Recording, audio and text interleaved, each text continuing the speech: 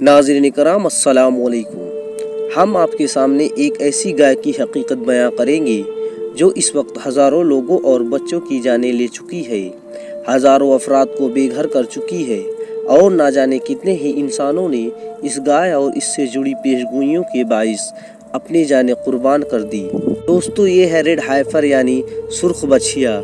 میں اگر کہوں کہ دور حاضر میں ہونے والے یہ خونریزی یعنی اسرائیل اور فلسطین کے جنگ کے پیچھے چھپی سب سے بڑی وجہ یہ سرخ گائے ہے تو شاید آپ میرا یقین نہ کریں، لیکن یہ ایک حقیقت ہے۔ دوستو، ریڈ ہائفر یعنی سرخ بچھیا کا تاریخی بنی اسرائیل میں ایک انتہائی اہم مقام ہے۔ آخر اس سرخ بچھیا میں ایسا کیا خاص بات ہے جو رب کائنات نے قرآن مجید کے سب سے لمبی سورہ بقرہ کا نام اسی کے نام پر رکھا ہے اور اس کا ذکر بھی قرآن مجید میں بیان فرمایا ہے؟ یہودیوں کے جھوٹے مسیحا یعنی دجال کا اس سرخ گائے سے کیا تعلق ہے اور وہ ریڈ ہائفر کی قربانی سے قبل زمین میں خروج نہیں کر سکتا؟ یہ تمام باتیں ہم جانیں گے آج اس معلوماتی ویڈیو میں۔ لخرافة دينية مقيتة مصممة للعدوان على مشاعر أمة۔ یہ جو بیان آپ نے سنا یہ حماس کے ترجمان ابو عبیدہ نے حماس اسرائیل جنگ کے دوران اس 100 دن مکمل ہونے کے موقع پر دیا تھا۔ یہاں ابو عبیدہ کا کہنا تھا کہ اسرائیل نہ صرف معصوم فلسطینیوں کی نسل کشی کر رہا ہے بلکہ وہ اپنے مذہب کے مطابق لال بچڑوں کو ذبح کر کے اس سے اگلے منصوبے یعنی مسجد اقصی کی شہادت، تھرڈ ٹیمپل آف سلیمان کی قیام اور پھر اپنے ہی اختیار کر دیا مسیحا جیسے مسلمان اور مسیحا کے اقوام مسیحی دجال سمجھتی ہے کہ قیامت کی تیاریاں مکمل کر رہا ہے۔ دوستو، آخر یہ سرخ بچھیا اس کی قربانی یہودیوں کے لیے اس قدر اہم کیوں ہے؟ کیا انہوں نے صرف اتنی بات کے لیے پوری دنیا کی امن و امان کو داؤں پر لگا رکھا ہے؟ یہ جاننے کے لیے ہمیں قوم بنی اسرائیل کی تاریخ کا مطالعہ کرنا ہوگا۔ یہودیوں کا قبلہ جسے حضرت سلیمان علیہ السلام نے قوم جن کی مدد سے تعمیر فرمایا تھا، یہ ایک عظیم الشان عبادت گاہ تھی جو تمام دنیا میں قوم بنی اسرائیل کی عظمت کی گواہی دیتی تھی۔ لیکن جب یہ قوم اللہ کی نافرمانیوں کی مرتکب ٹھہری اور شرک و گمراہی کی دلدل میں جا گری، تب اللہ رب العزت نے اس دور کے ظالم بادشاہ بخت نصر کو اس قوم پر مسلط کر دیا، جس نے بنی اسرائیل کی سینکڑوں برس قدیم عبادت گاہ کو ملبے کے ایک ڈھیر میں تبدیل کر دیا۔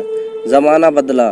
ایران کے ایک نیک شیرت بادشاہ سائرس اعظم نے قوم یہود کو بخت نصر کی غلامی سے آزاد کرا دیا۔ مزید اس نے یہودیوں کو ٹیمپل آف سلیمان کی تعمیر کے لیے وسائل بھی مہیا کیے۔ کئی صدیوں تک تعمیر کے مختلف مراحل سے گزرنے کے بعد بادشاہ ہیروڈی کے دور میں ہیکل سلیمانی اپنے نقطۂ عروج پر پہنچ گیا۔ ایسے ہی سن 70 عیسوی میں ایک رومی جنرل ٹائٹس نے اپنی بربریت کا نشانہ بنایا اور اس تمام عمارت کو جلا کر خاک کر دیا۔ مذکورہ واقعے کے بعد پچھلے 2000 سالوں میں یہودی قوم کبھی اس قابل نہ ہو سکی کہ وہ اس خطے میں تیسرا ہیکل سلیمانی تعمیر کر پاتی۔ تاہم حالیہ دورے میں یہودی نے صرف ہیکل سلیمانی کی تعمیر کی انتہائی قریب آ چکے ہیں بلکہ یہ اس کی شروعات بھی کر چکے ہیں۔ توریت کی کتاب کے مطابق تیسرے ہیکل سلیمانی کی بنیاد رکھنے والا ربیوں یا کہنوں کا پاک ہونا انتہائی ضروری ہے، لیکن اس پاکی کو حاصل کرنے کے لیے کچھ خاص سرخ رنگ کے بچھڑے کی قربانی درکار ہے۔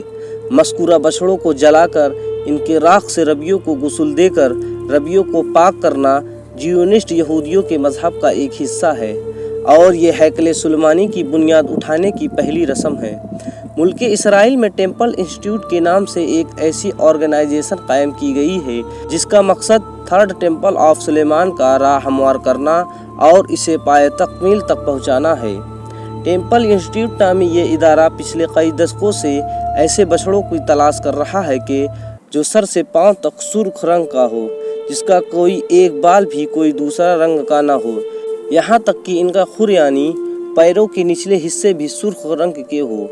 ٹیمپل انسٹیٹیوٹ کے ایسے بچڑے 1997 اور سن 2002 میں بھی ملے تھے جو مکمل سرخ رنگ کے تھے، لیکن بعض مرتبہ یہ بچڑے یہودیوں ربیوں پر پورے نہ اتر سکے، پھر انہیں مسترد کر دیا گیا۔ تاہم 2 سال قبل یعنی سن 2022 میں ٹیمپل انسٹیٹیوٹ امریکہ کی ریاست ٹیکساس سے 5 ایسے سرخ بچھڑے یعنی ریڈ ہیفل ڈھونڈنے میں کامیاب رہا جو کہ سر سے پاؤں تک سرخ رنگ کا تھا۔ مزید کہ انہیں یہودیوں ربیوں کی طرف سے کوثر یعنی مقبول بھی تسلیم کر لیا گیا ہے۔ ریڈ ہیفز کی ایک بھاری رقم دے کر ناجائز طریقے سے اسے امریکہ سے اسرائیل لایا گیا، جہاں یہ 5 بچھڑے کسی خفیہ مقام پر انتہائی نگہبانی سے پرورش پا رہے ہیں۔